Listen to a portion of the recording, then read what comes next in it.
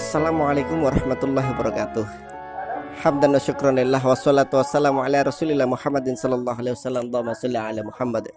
Rabbi shrah li sadri wa yassir li amri wahlul 'uqdatam min lisani yafqahu qawli. Kali ini saya sedang ada di daerah Tuban ya. Di mana di sini ada pemandangan yang betul-betul toleransi antar umat beragama, yaitu antara di samping gereja ada di sampingnya masjid. Nah, ini adalah termasuk salah satu bentuk toleransi dari orang-orang terdahulu ya, dari orang-orang dulu yang harus kita contoh sekarang. Jadi betapa damainya. Kebetulan saat ini saya betul-betul mendeklarasikan untuk mengajak beribadah sesuai dengan agama masing-masing. Nah, masih seperti itu.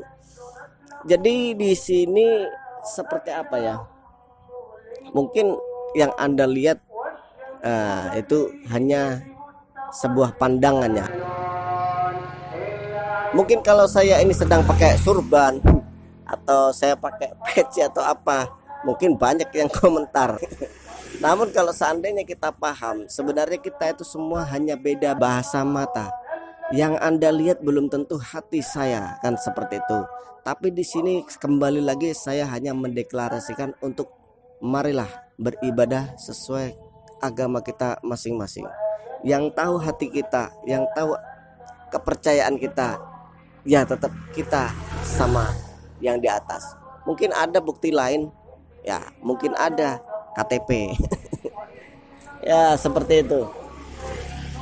Dari bahasa yang Anda lihat ya, dari bahasa yang Anda lihat, mungkin bisa jadi Anda tidak cocok dan bisa jadi menimbulkan sakit hati ya. Sakit hati karena kurang tingginya kesadaran mungkin ya, kurang tingginya atau terlalu tingginya ilmu karena kurang adab, maka dari itu akan merasa sakit hati. Nah, sekarang kembali ke masalah sakit hati. Nah, sakit hati ini, orang sakit hati itu bisa karena iri, dengki, atau kadang-kadang merasa kita itu lebih tinggi, merasa kita itu lebih bisa. Nah, disitulah akan wujud orang itu merasa sakit hati.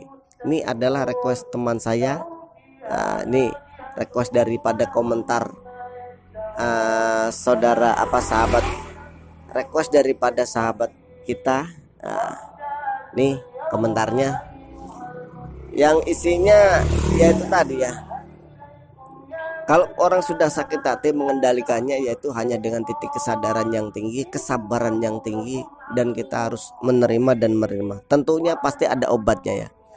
Obat sakit hati itu jelas, ini ada syair dari kalangan Jawa ini, dari Sunan.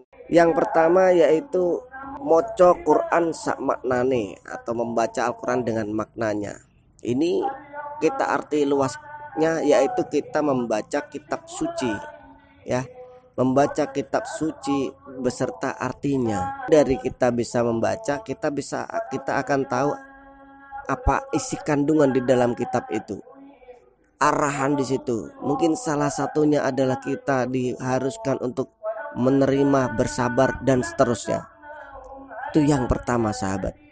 Yang kedua, sholat malam, sholat wengi lakonono, atau sholat malam dirikanlah. Sholat arti luasnya adalah berdoa ya, berdoa ketika di tengah malam ya. Kita langsung menghadap Tuhan, meminta pertolongan sama Tuhan ya. Seperti itu yang kedua. Yang ketiga zikir wengi engkang suwe. Jadi kita itu zikir itu bahasa Arab ya mungkin ya. Kita disuruh ingat sahabat, kita disuruh mengingat, yaitu bisa jadi ingatlah siapa diri kita sebagai hamba, ingatlah diri ini, atau ingatlah permasalahan semua itu agar bisa diurai sedikit demi sedikit dengan kesabaran, dengan ketabahan. Seperti itu. Yang keempat yaitu weteng kudu ekang luwe.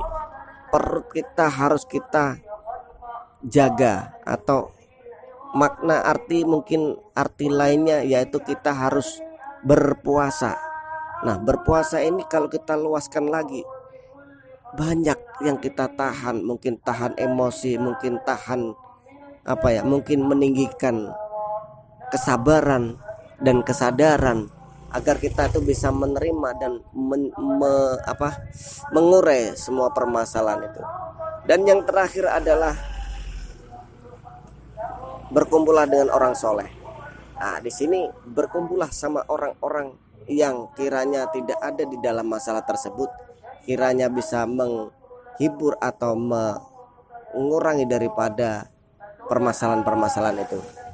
Nah, sahabat, dari 5 ini adalah betul-betul obat hati yang harus kita pegang, dan paling tidak ya kita tetap meningkatkan kesadaran, kesabaran. Karena dimanapun, bagaimanapun, ketika kita sakit hati, biasanya kalau bukan diri ini yang membawa, ya, kalau bukan diri ini yang betul-betul menata atau membawa ke dalam titik yang paling rendah, kita biar disiramin rohani apapun, biar diceramain dengan siapapun, akan sama hasilnya. Namun sahabat, mungkin ada cara-cara tertentu, tapi kalau kita pakai logika seperti itu aja. Jadi semua orang yang sakit hati, semua orang yang sedang sedang galau ataupun itu, yang bisa mengobatin yang paling utama adalah dari diri sendiri, dari kesadaran, dari kesabaran, dan dari ketabahan, dan seterusnya kita menerima keadaan-keadaan itu. Baik sahabat, mungkin sedikit ini aja yang bisa saya sampaikan, semoga bermanfaat. Kalau ada salah kata-kata, salah keterangan, saya mohon maaf yang sebesar-besarnya. Saya tetap belajar, hanya menepati request dari sahabat saya ini. Akhirul kalam, wabillahi taufiq walhidayah wal inayah wal afu minkum. Wassalamualaikum warahmatullahi wabarakatuh. Rahayu, rahayu, rahayu. Maafkanlah bila hati tak sempurna mencintai